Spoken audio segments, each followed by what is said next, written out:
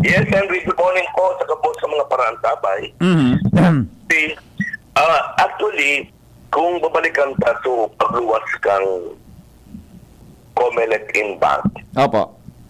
medyo sa analysis kang lawyer ta, medyo tigipit ng kitang malay. Aha. Kasi kung ilingon mo, nagluwas ba ito Friday na, Iya po. 52 email pa. Aha. Tapos email pa, no?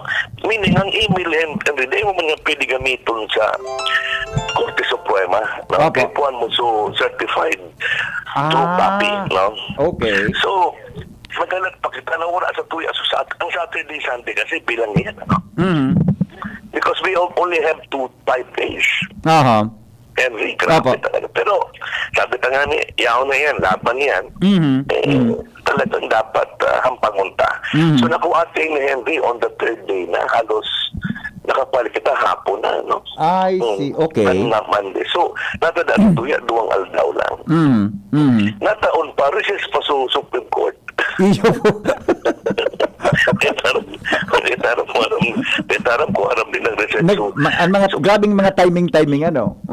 Oo. So, may man madidiscuss yung kaso today, mararafol. Iya po. Then, Henry, so, siyempre, 5 days under the law, para maraman ka publiko tabi, Henry, that ang decision po kang NBank is not yet final. Yeah. May pwede po kita, ang final arbiter tayo, the Supreme Court. Opo. Alagad, ang magabatig ni Henry, ang decision kang COMELEC magiging pwedeng i-implement na pila. Ulitin ko, ang decision kang COMELEC magiging implementable pending appeal. Abang nasa appeal ka, pwede niya i-implement kung within 5 days na na-receive mo sa decision dahil ka nakakuha kay PRO. Yan ang magabat. Yan ang magabat. Kaya, sa ngunyan, dawa on appeal kita, pag dahil kita nakakuha ang PRO, of course, ma-file sila for execution. Yeah. Now, hindi, ngayon baga may NBank ko niyan. Iya po. Every Tuesday kasi yan. So, let's see, no? Let's see. Na sana, this time, magkaigo kita matawang kita ki panahon. O tawang kita ki lugar. Kang NBank. Kang Supreme Court. Na-discuss ko yan. Whether, kaya po talaga mag-issue sila ki temporary restraining order.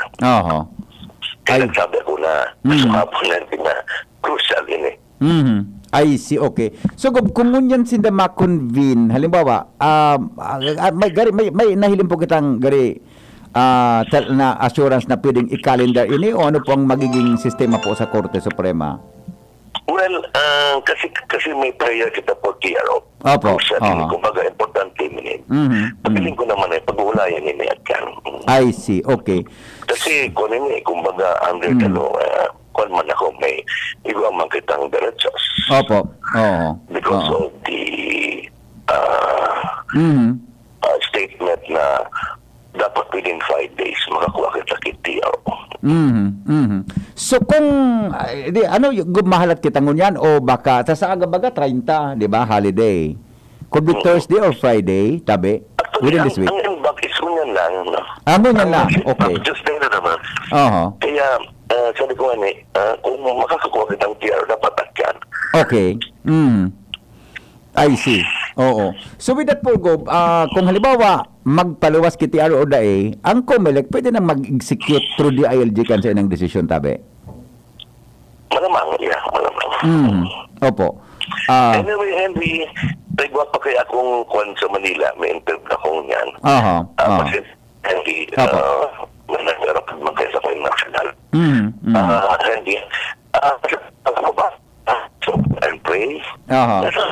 Will be ever decision ka kung primal decision. Ang piagad ko. So go whether favorable o bako favorable po ang desisyon kan korte sa saindong pigagad na TR, ano po ang satuyang mensahe sa mga albayano ngunyan? Kasi ang Sana naman, nung ining nangyari sa Albay, pinag-isipan na maray, no? Will this be good for Albay? Magma ba Albay ka ni? Di ba, Henry? Yan naman sabi ko yan, ano? Kasi forever, this branch, 159,000 votes, no? Ang although dito committed sa maray kang issue, no? Yan, nangyari ni kang mayor kita, di ba? Kumbaga, this is a program of the city, not of the mayor, no? Sukwarta na, withdraw na, even before the 45 days. Diba? Kaya, although kumabalikan kayo, pero ang soon sa mga, I'm really hopeful na sana, kitakitan sa kampitan Supreme Court na nagagad na marais. Opo. Hindi naman kasama Natuntao na yan. Yan. Opo. Gub, nakakaulang po ini sa, tama ba? May epekto po ining sa mong kinakampang na kaso sa pag-deliver taki basic services sa mga Albayanos, tabi? Yes, actually siya, mga kwanta, ako baga sanay na ako nakan mga protestang yan. Pero sa trabaho yan dito, bago ang bagitang governor. Sayang lang ako.